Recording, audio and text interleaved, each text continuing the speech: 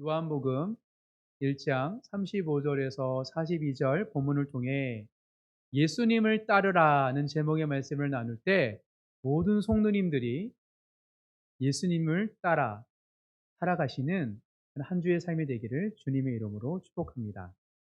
예수님이 걸어가셨던 길은 십자가의 길입니다. 그 십자가의 길을 우리도 묵묵히 따라 걸어가는 축복과 기쁨이 가득한 우리 모두 되길 간절히 소망합니다. 바르고 아름답게 살려면 어떻게 해야 될까요? 우리는 함께 개척해서 1년 반이 넘는 시간을 신앙생활하면서 살아왔습니다. 하나님을 예배하고 하나님을 경배하고 서로를 사랑하는 마음으로 살아왔지만 또 한편 우리는 개척한 교회에서 바르고 아름다움을 지키려고 노력을 했죠. 바르고 아름답게 살려면 어떻게 해야 했죠? 해야 할까요? 우선은 바르고 아름다움을 추구하는 공동체 환경에 있어야 됩니다. 왜냐하면 바른 게 무엇이고 아름다운 것이 무엇인지를 우리가 보고 배워야 하기 때문입니다.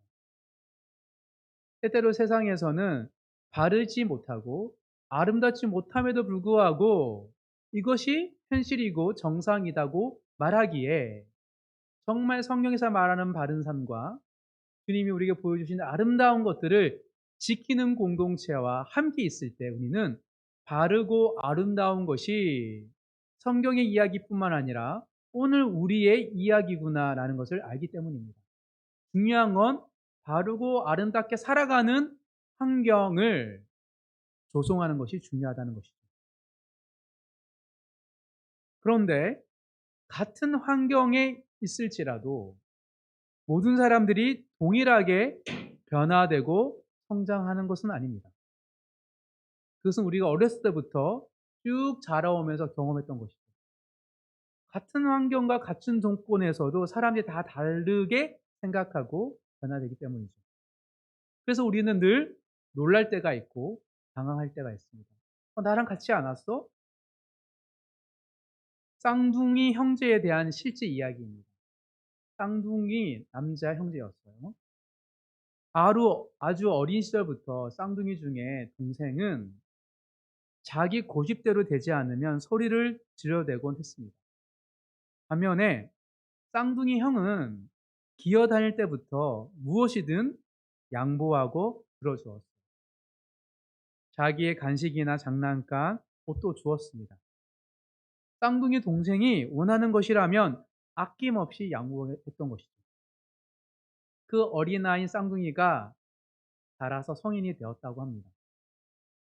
쌍둥이 형은 성인이 돼서 노숙자에게 신발과 음식을 사준 반면 그때 쌍둥이 동생은 자기를 위하여서 주택을 구입했다고 합니다.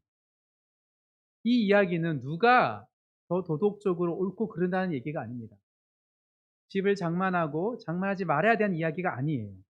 핵심은 같은 환경에서 자른 쌍둥이도 서로 다를 수 있다는 사실입니다. 성격과 기질이 다른 것은 당연하죠. 그런데 왜 삶의 목적과 가치가 같이 살면 서로 닮아가기 마련인데 왜 성장 배경과 공동체가 동일했음에도 불구하고 다른 것일까? 거의 같은 유전자를 가진 쌍둥이가 동일한 가정에서 함께 자랐습니다.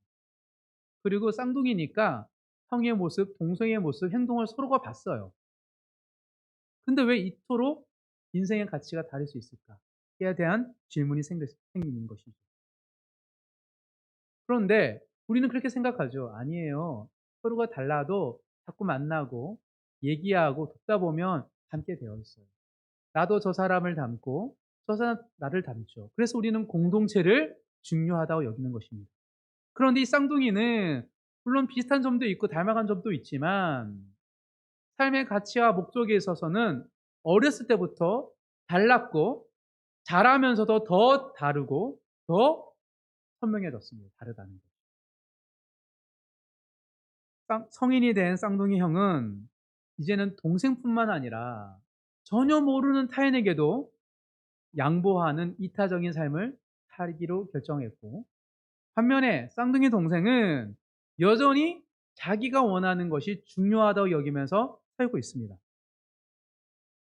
왜 이토록 같은 환경에서 자랐는데도 서로 다른 가치관으로 형성되는 것일까에 대한 질문이 생깁니다. 도대체 이 차이는 무엇일까? 우리가 바르고 아름답게 살고 그리스도인답게 살기 위해서는 공동체가 중요한데, 이렇게 다르다면 도대체 다르게 되는 이유가 무엇일까에 대한 질문이 생긴 것이죠. 유럽에 산마이와 길레리라는 학자 두 사람이 있었다고 합니다. 산마이 길레리라는 학자입니다. 유명한 사람이었나 봐요. 이 두 사람은 모든 면에서 상반된 사람이었다고 합니다. 산마이라는 학자는 굉장히 엄하고 화를 잘 냈고, 반면에 빌레리라는 학자는 선량하고 온화했다고 합니다. 어느 날 산마이에게 이교도, 이교도 사람, 중세 유럽이니까 말하면 기독교가 아닌 이슬람교가 되겠죠. 이교도 한 사람이 찾아와서 다음과 같은 질문을 했다고 합니다. 저는 참된 신앙을 바랍니다. 그러나 내가 까치발을 하고 한 바퀴 제자리에 돌 사이에 당신은 저에게 세상의 모든 법칙을 내게 가르쳐 주셔야 합니다. 지금 이교도 한 사람이 산마이 학자에게 와가지고 정말 참된 신앙을 바란다라고 물으면서 내가 까치발을 들고 한 바퀴 싹 돌 동안에 세상의 모든 법칙에 대해서 나에게 알려달라는 얘기. 그 말을 듣고 산마이는 버럭 화를 내고 그를 내쫓아 버렸습니다. 근데 이 이교도 사람이 떠나지 않고 또다시 유명한 길레리라는 학자에게 찾아갔다고 합니다. 그리고 길레리는 똑같이 그 질문을 듣고 이렇게 답변을 했다고 합니다. 까치발을 듣고 그 사람 한 바퀴 돌 동안 자신이 원하는 것을 남에게도 하라. 자신이 원하는 것을 남에게도 하라라고 그가 알고 있던 진리를 선포했다고 하죠. 저는 이 길레리의 말, 내가 원하는 것을 다른 사람에게도 하라라는 말에 쌍둥이조차도 서로 다른 인생을 선택하는 이유가 담겨 있다고 생각합니다. 자신이 원하는 것을 누구에게? 남에게 하는 거예요. 모든 사람. 모든 사람은 깨닫든 깨닫지 못하든 타인에게 내가 원하는 것을 말하고 있습니다. 즉, 내가 말하는 것이 무엇인지 아는 사람을 뭐라 그래요? 내가 원하는 게 무엇인지 알고 다른 사람에게 말하는 사람을 지혜자, 현자라고 하고, 내가 원하는 것이 뭔지도 모르고 내가 다른 사람이 어떤 말을 하는지도 모르는 사람이 보통 사람인 것이죠. 쌍둥이 형은 배려와 양보 그리고 희생을 가장 원했습니다. 그래서 어렸을 때부터 쌍둥이 동생에게 그것을 실천한 거예요. 반면 쌍둥이 동생은 자기 욕망과 소유를 가장 원했고 성인이 되어서도 자기 중심적인 삶을 살기로 선택한 겁니다. 단 하나, 성인이 되었기 때문에 내가 소유할 수 있는 물건과 크기가 달라진 것뿐입니다. 따라서 어떤 환경도 중요하지만 더 중요한 것은 내가 정말 무엇을 원하느냐가 중요한 거예요. 각 사람이 정말 원하는 그것에 따라서 같은 성장 배경에서도 다른 인생을 살기 때문인 것이죠. 그런데 어떠세요, 여러분? 모든 사람은 동일할까요, 다를까요, 욕망이? 똑같아요. 모든 사람이 느끼는 것은 욕망은 거의 흡사합니다. 그런데 그 사람을 지배하는 중심 가치와 중심 욕망이 다른 것 뿐이에요. 사람에게는 욕망이 똑같이 있는데 우선순위가 다르기 때문입니다. 그렇다면 내 안에 우리 안에 욕망이 많은데 또 가치가 있는데 무엇이 주된 욕망이고 가치인지를 어떻게 알 수 있죠? 어떻게 확인할 수 있을까요? 그것은 내가 우리가 다른 사람에게 어떤 말을 하고 있는지를 보면 알 수 있습니다. 우리가 말하는 것이 내가 원하는 것이기 때문이죠. 나도 모르게 우리는 나를 견인하는 가치, 내 안에 있는 주된 욕망으로 다른 사람을 바라보기 때문입니다. 돈에 매여 있는 사람은 어떻죠?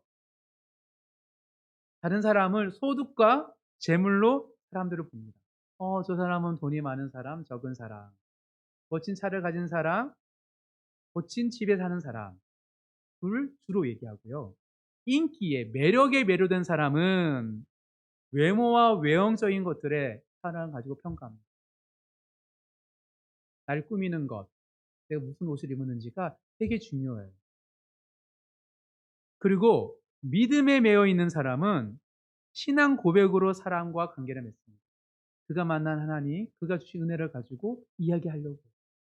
즉, 다 그리스도 안에서도, 교회 안에서도 다 있어요. 믿음도 있고, 또 성공에 대한 욕망도 있고, 돈과 인기에 대한 게 다 가지고 있습니다. 명예에 대해서. 그런데 어떤 것이 나의 주된 욕망의 가치이냐에 따라서 우리가 말하고 다른 사람을 바라보는 관점이 달라지는 것입니다. 따라서 내가 주로 사람을 볼 때 뭘로 보는지를 보면 내 안엔 중심 가치와 욕망이 무엇인지를 알 수 있는 것입니다. 타인을 향한 나의 태도와 자세에서 나를 지배하는 중심 가치와 욕망이 무엇인지 우리는 알 수 있습니다. 타인과의 관계는 나의 내면을 비추는 거울이기 때문입니다. 즉, 우리가 다른 사람을 통하여서 불편한 마음, 좀 거리끼는 마음을 가지는 이유는 나를 비추기 때문입니다. 그래서 예수님께서 이렇게 말씀하셨습니다. 마태복음 7장 한번 찾아볼까요? 마태복음 7장입니다.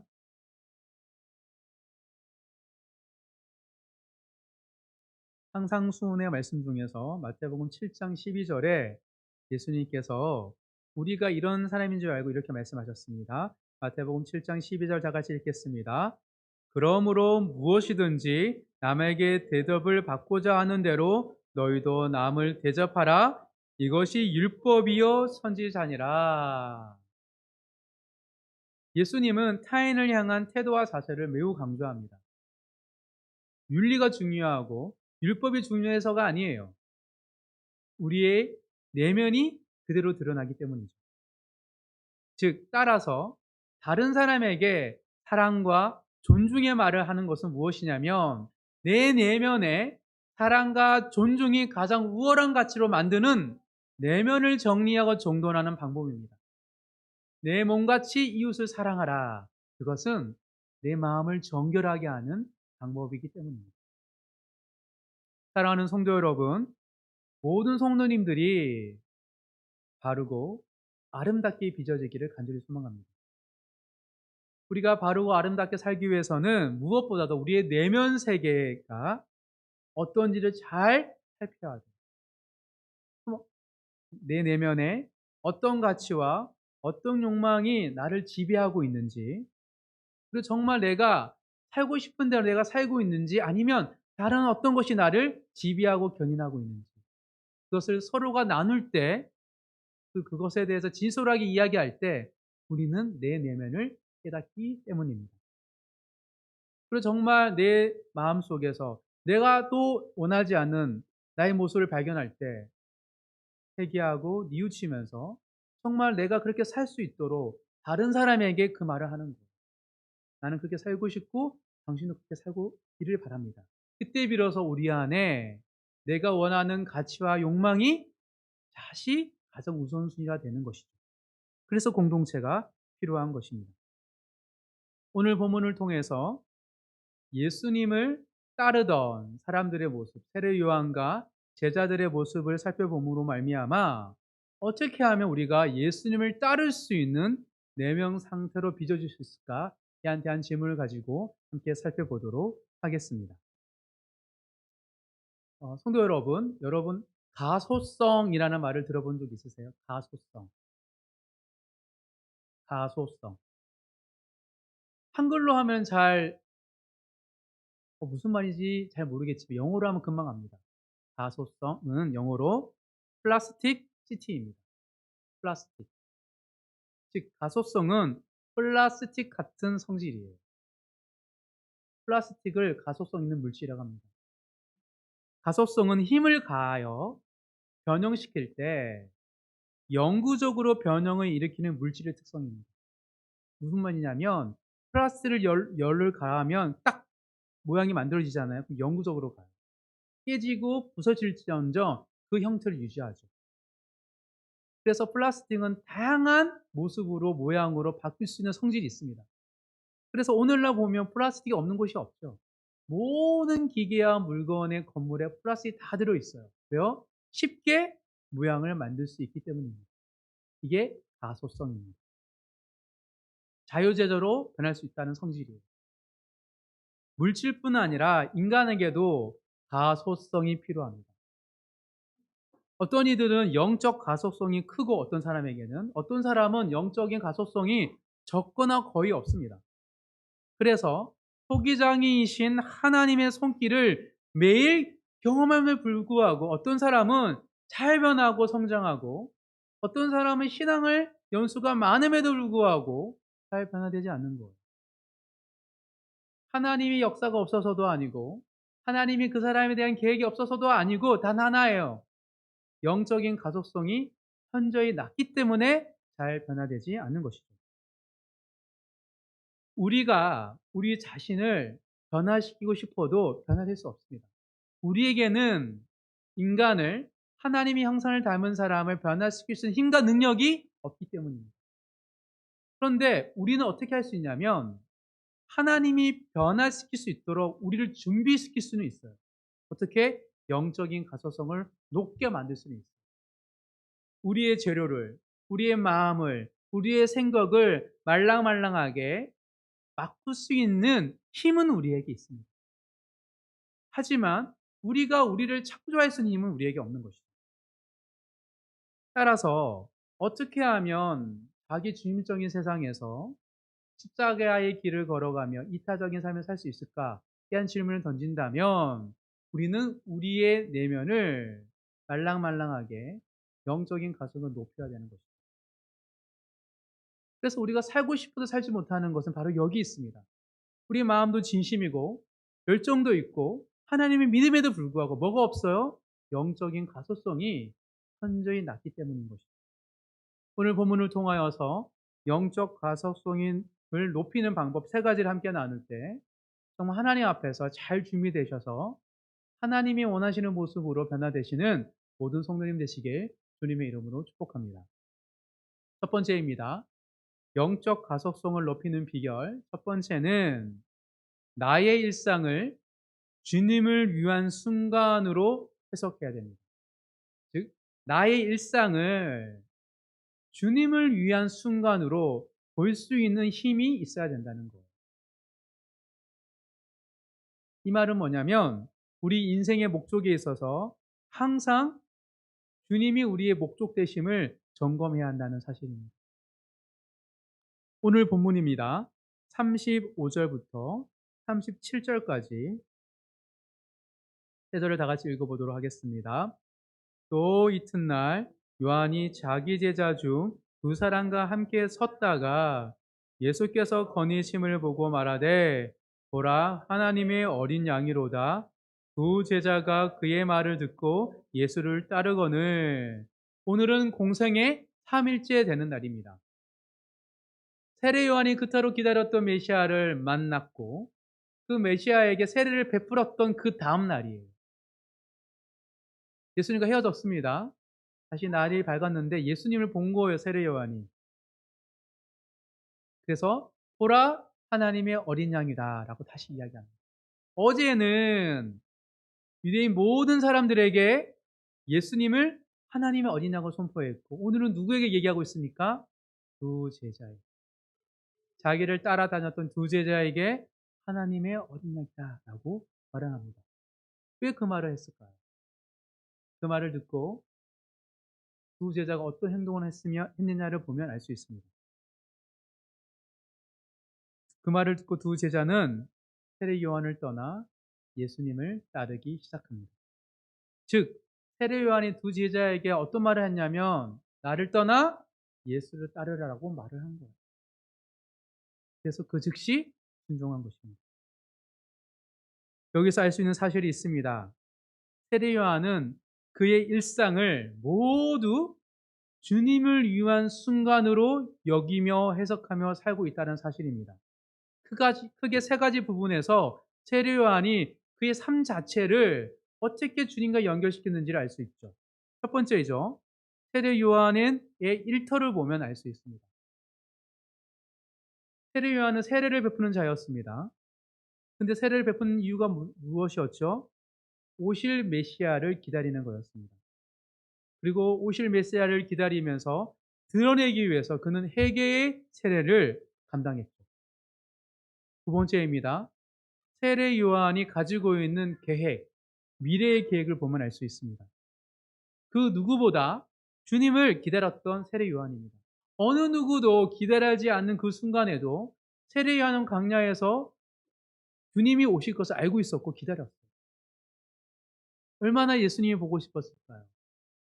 보고 보라 하나님의 어린 양이라고 얘기합니다. 근데 예수님을 따라요, 안 따라요? 안 따르죠. 왜요? 예수님을 따르는 것은 자기의 사명이 아니었기 때문입니다. 왜요? 주님께서 흥하기 위해서 내가 살아야 된다라고 그는 알고 있었기 때문입니다. 그리고 누구를 보내고 있습니까? 당신의 두 제자를 주님께 보내고 있습니다. 따르라. 사실 세례 요한은 그를 따르는 제자를 선별할 때도 나를 닮는 사람으로 만들기 위해서 제자를 선별한 게 아닙니다. 주님을 따를 제자를 준비한 거예요. 마치 온 백성들이 회개의 마음으로 주님을 영접할 수 있도록 이 제자들도 주님을 따를 자로 준비시키기 위해서 때를 기다렸던 것입니다. 그때가 오자 제자들에게 주님을 따르라고 권면하고 있는 것이죠. 세례 요한의 일터를 보면 알 수 있고 미래 계획을 볼 수 있습니다. 마지막 세 번째, 세례 요한의 일상, 의식주를 보면 알 수 있습니다.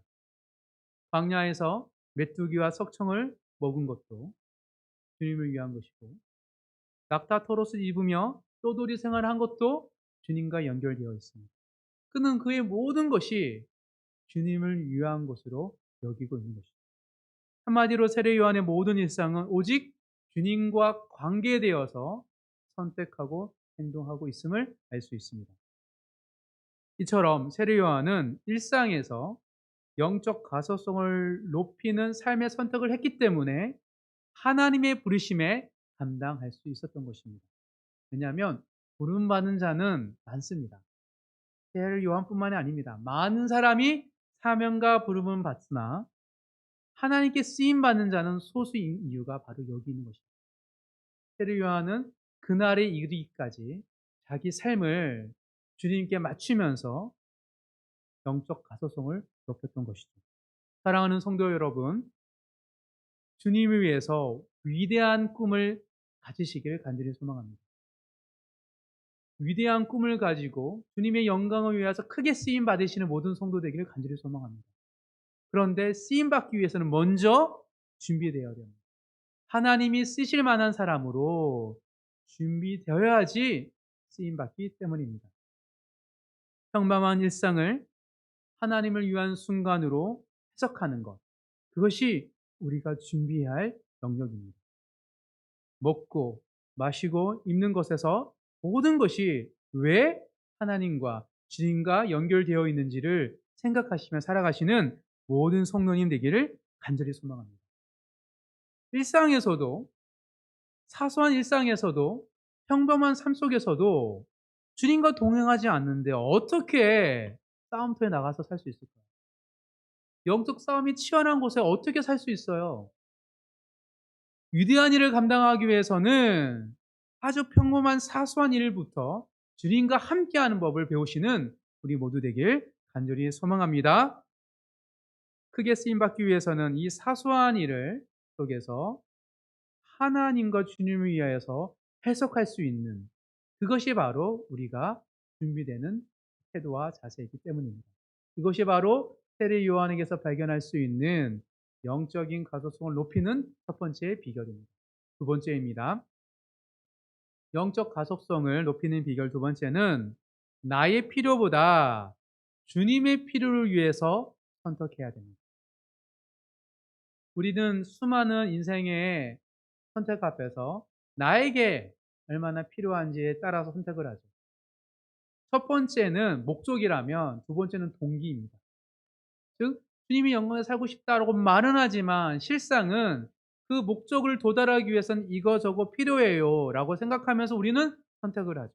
하지만 나의 필요가 어떤 선택을 할 때 중요한 것이 아니라 하나님, 주님이 필요한 그 자리와 그 환경에 가야 된다는 생각을 가지셔야 한다는 것이죠. 우리의 동기를 점검해야 됩니다.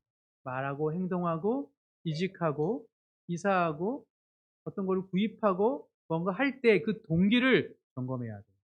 38절, 39절 다 같이 한번 읽어보도록 하겠습니다. 38절, 39절입니다. 예수께서 돌이켜 보시고 물어 이르시되 무엇을 구하느냐 이르되 랍비여 어디 계시오니이까 하니 랍비는 번역하면 선생이라. 예수께서 이르시되 와서 보라. 그러므로 그들이 가서 계신 데를 보고 그날 함께 거하니 때가 10시쯤 되었더라. 요한의 두 제자가 주님을 따르기 시작합니다. 참고로 주님을 따랐던 첫 번째 인물이 누구인지를 기록하고 있는 거예요. 마태, 마가, 누가는 뭐예요? 예수님이 제자를 부르십니다. 요한은 제자들이 먼저 따랐대요. 그 선후 관계와 언제 따르는 무리 속에서 12제자 선별했는지에 따라서 다를 수 있지만 어찌 됐든 처음 일주일 속에 세례 요한을 통하여 세례 요한 두 제자가 처음으로 따르기 시작한 것이죠. 따르기 시작하니까 예수님께서 돌이키사 그 따르는 두 사람을 보시고 이렇게 질문합니다. 무엇을 구하느냐? 무엇을 구하느냐? 이 질문에 두 제자는 이렇게 답변하죠. 무엇을 원합니다. 아니죠. 또 질문합니다. 제자들은 랍비여 어디 계시오니? 그러자 예수님은 이렇게 대답하십니다. 와서 보라. 무엇을 구하느냐? 어디 계십니까? 와서 보라. 그리고 나서 예수님이 머무시는 거처에 갑니다. 그때부터 함께 지냈다라고 성경은 이야기하고 있습니다. 그리고 그때가 언제예요? 10시, 오늘날 우리의 시간으로 오후 4시. 오후 4시 사건이었다. 요한복음의 저자 요한은 생각보다 예수님의 첫 제자가 따랐던 그 사건을 굉장히 단순하게 어떻게 보면 무비건조하게 이야기하고 있습니다. 단조롭게 기록하고 있습니다. 마치 이것은 우리 한국 동양화를 볼 때 여백의 미가 있다고 얘기하잖아요. 그것처럼 예수님을 따랐던 그 사건이 단조롭지만 담백하지만 굉장히 여백의 품격이 있고 신비롭다라는 것을 드러내고 있습니다. 왜 여백이 단조로움이 담백하지만 아름답고 신비롭다고 생각할까요? 질문이 있습니다. 너희는 나에게 무엇을 구하느냐라는 주님의 질문 뭡니까? 왜 따라다녀? 동기가 뭐야? 그 질문이죠. 근데 제자들이 어떤 대답을 합니까?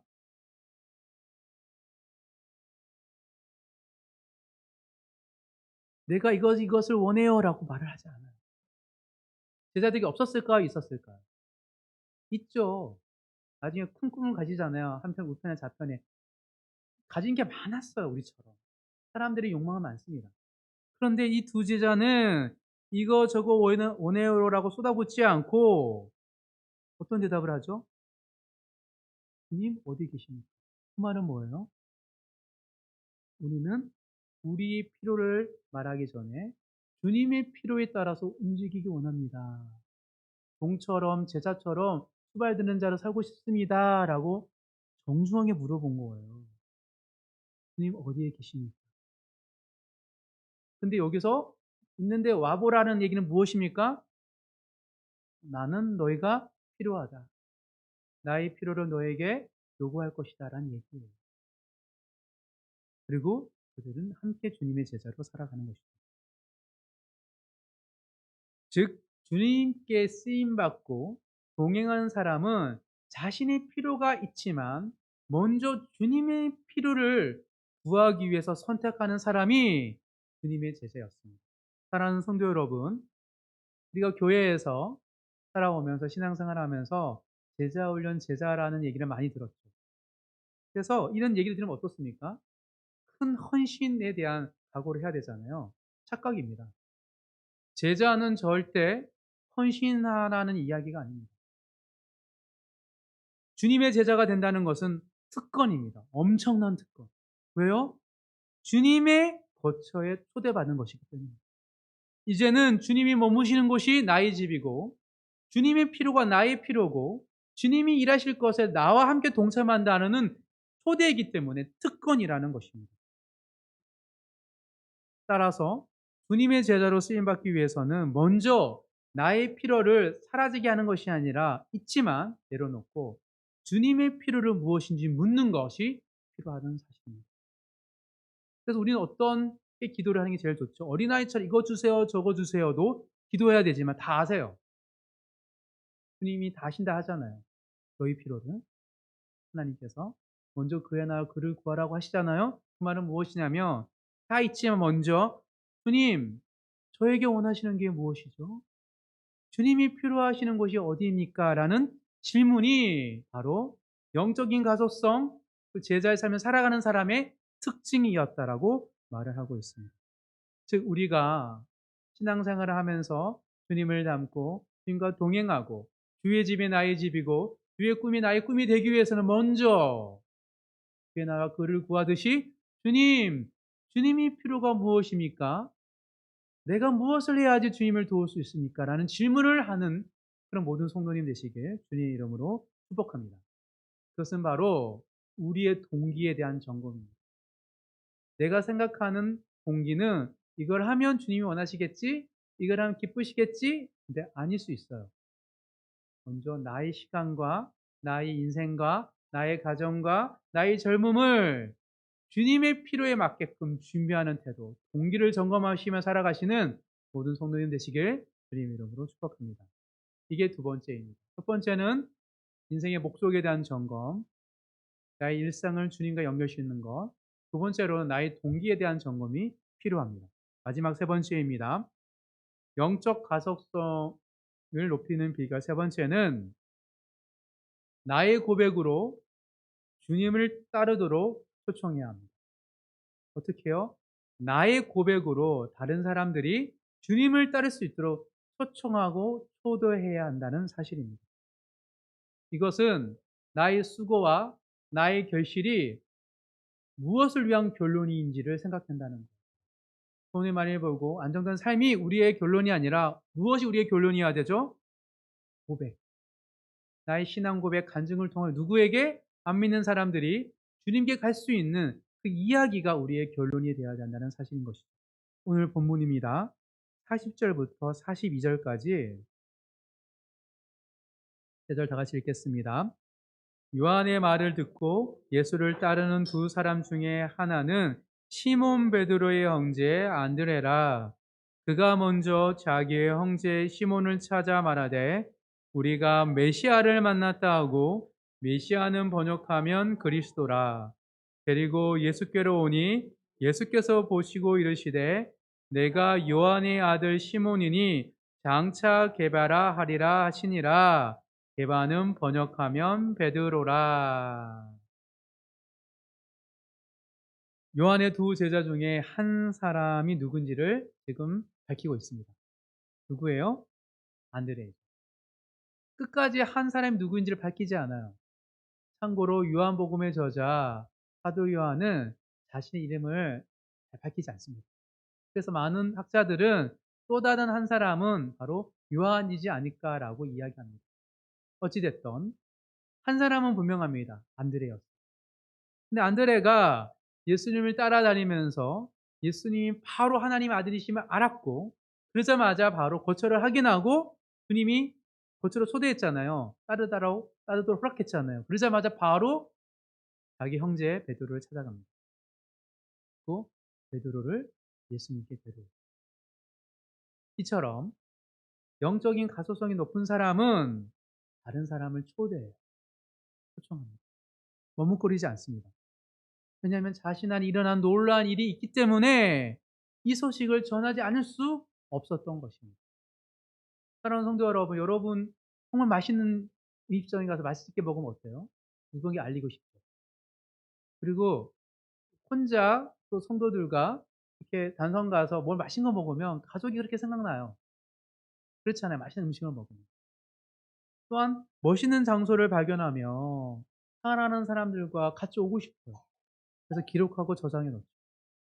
그래서 맛집과 핫플레이스가 그렇게 공유되는 거예요. 사람들 마음 가운데 이것을 나누고 싶은 거죠. 하물며 먹는 것도 어떤 장소도 알리고 싶은데 메시아이신 하나님 아들을 만났는데 어떻게 초청하지 않을 수 있을까요? 그러니 진짜 주님을 만나 그 영적인 가소성이 높은 사람들은 막 변화가 일어나니까 이거를 근질근질해서 감을 수가 없어요. 그래서 바로 이 얘기를 하고 데려오는 것이죠. 제자가 되었는데 어떻게 제자로 빨리 내 형제를 사랑하는 사람을 데려오지 않을 수 있을까요? 오코네 목사님이 그러셨습니다. 한국 교회에 청년들은 죽어가고 교회는 죽어가고 있는 그 당시에 이상하게 대학교를 중심으로 선교단체는 부흥이 일어났어요. 그 큰 교회에 청년부가 아무도 없는데 모두가 다 대학교에 있는 선교단체에 모여서 하나님을 만나서 한 청년을 보냅니다. 도대체 뭘 하고 있는지. 그리고 그것을 가져와서 자기가 똑같이 해보라고 자기한테. 하여튼 그때부터 변화가 일어납니다. 그리고 그것을 한국 교회에 이식시키려고 실제로 적응하셨고 유학하셔서 신학적으로 베이스를 밟으셨습니다. 그리고 한국 교회에 와서 한국 교회의 제자 훈련을 인식을 시켰습니다. 그래서 옥하는 목사님의 목회 철학을 어떻게 말합니까? 광인, 미친 사람이라고 이야기합니다. 주님의 제자로 내 삶이 변했는데 어떻게 그것을 적용하고 나누지 않을 수 있다는 말입니다. 이것이 바로 제자도입니다. 주님을 만나고 주님이 길을 걸어가면 사람이 변화돼요. 변화되면 이것을 누구에게 알리고 싶은 게 정상인 것이죠. 그래서 초청하고 그들도 주님의 제자로 이끄는 것입니다. 왜냐하면 내가 탁월해서 그 사람을 변화되는 게 아니에요. 그죠? 주님께 데려오기만 하면 어떻게 됩니까? 그 사람의 존재가 변화됩니다. 안드레가 형제 베드로를 데려오니까 어떻게 됩니까? 요한의 아들 시몬이 어떻게 되죠? 게바, 반석, 베드로로 변화되었습니다. 무엇을 해서가 아니에요. 주님을 만나잖아요. 존재가 바뀝니다.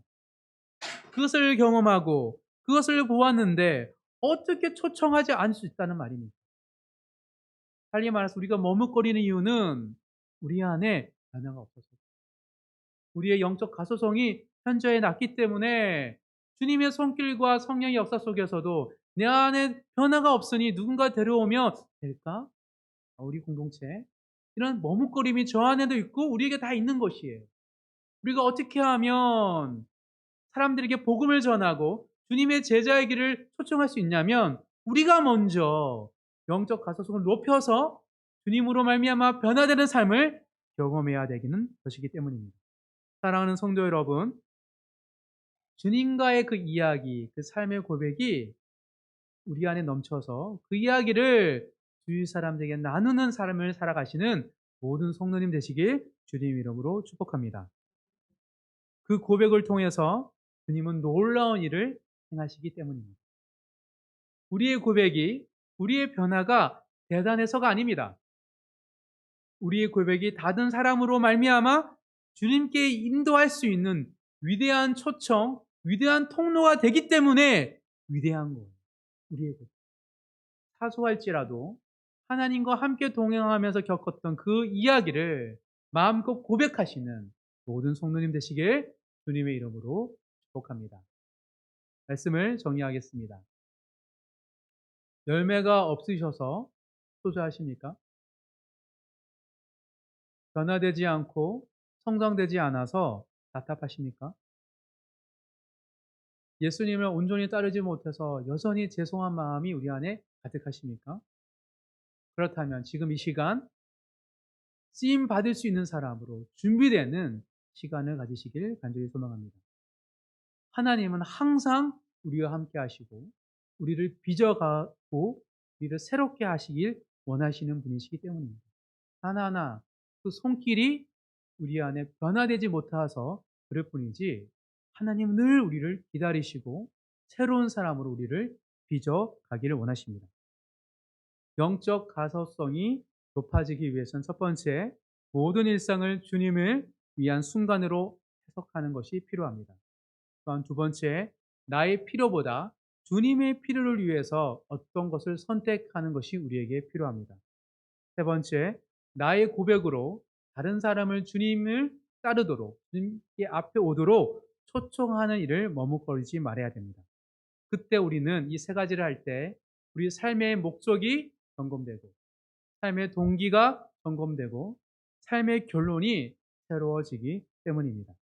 늘 주님이 쓰실 만한 사람으로 우리의 삶의 우선순위가 목적과 동기와 결론이 조정되어져서 정말 하나님께 귀하게 쓰임 받는 모든 성도님 되시길 주님의 이름으로 축복합니다.